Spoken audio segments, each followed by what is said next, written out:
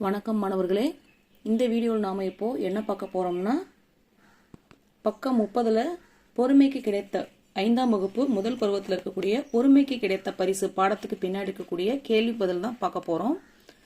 மதிப்பீடு வினாக்களுக்கு விடை அளிக்க முதல் கேள்வி என்ன கேட்டிருக்காங்கன்னா, குழந்தைகளுக்கு பெரியவர் செய்த உதவியாது.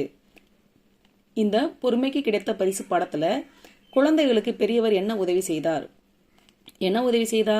குழந்தைகளுக்கு பெரியவர் சத்து உருண்டைகளை கொடுத்து உதவினார். என்ன கொடுத்தா? சத்து உருண்டைகளை கொடுத்து உதவினார்.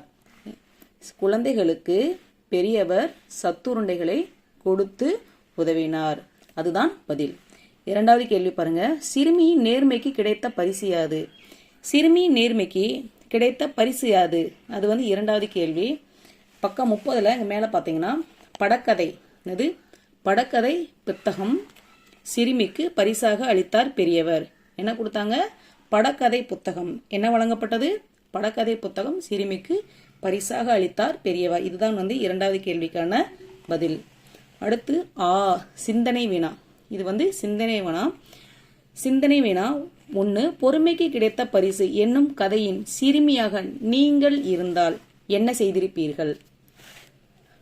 மாணவர்களே நல்லா கவனிங்க. அதாவது இந்த பொறுமை கிடைத்த பரிசுன்ற அந்த அன்பரசின் ஒரு சிறுமி இருக்காங்க இல்லையா, அந்த இடத்துல நீங்க இருந்தா என்ன செஞ்சிருப்பீங்க? அதுதான் கேட்டிருக்காங்க. நீங்க அந்த இடத்துல இருந்தா என்ன செஞ்சிருப்பீங்கன்னு சொல்லிட்டு கொஞ்சம் நீங்க யோசிச்சு இந்த இடத்துல பதில் எழுதலாம். நான் என்ன சொல்லுறேன்னா, நான் அந்த இடத்துல இருந்தேன்னா நான் என்ன சொல்ல வரேன்னா, கதையின் சிறுமியாக நான் இருந்தால் குழந்தைகள் மேலும் ஊட்டச்சத்து பெற நம் வீட்டின் அருகே உள்ள சத்தான கீரை, காய், பழங்களை சாப்பிட எடுத்து கூறுவேன். அதாவது நம்ம வீட்டுக்கு பக்கத்துல எத்தனையோ கீரைகள், முருங்கைக்கீரை, இந்த மாதிரி மணத்தக்காளி கீரை, இந்த மூக்கீரட்டை கீரை, இந்த மாதிரி நிறைய கீரைகள்லாம் பார்த்தோம்னா நம்ம வீட்டுக்கு தோட்டத்துக்கு பின்னாடியே நிறைய கீரைகள்லாம் விளையும்.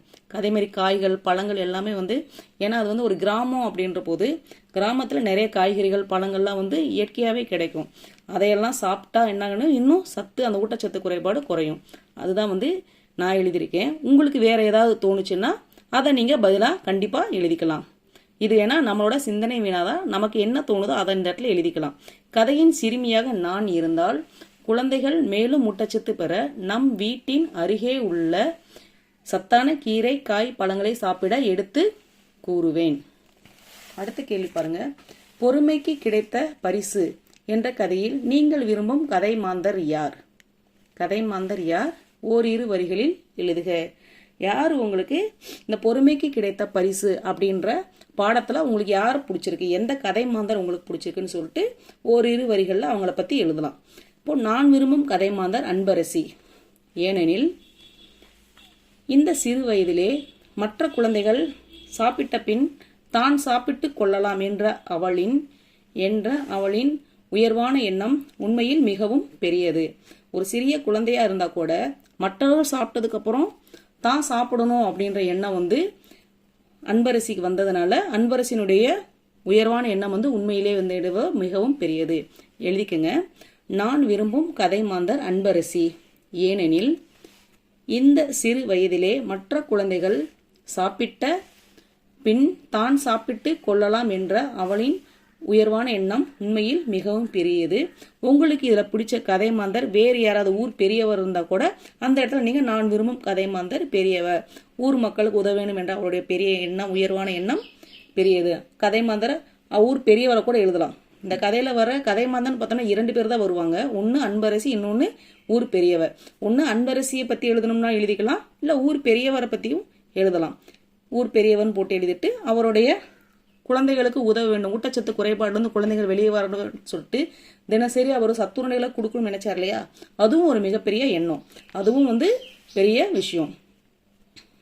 அடுத்து கேள்வி. இக்கதை நிகழ்வுகள் முடிவை மாற்ற விரும்பினால் எவ்வாறு மாற்றுவீர்கள்?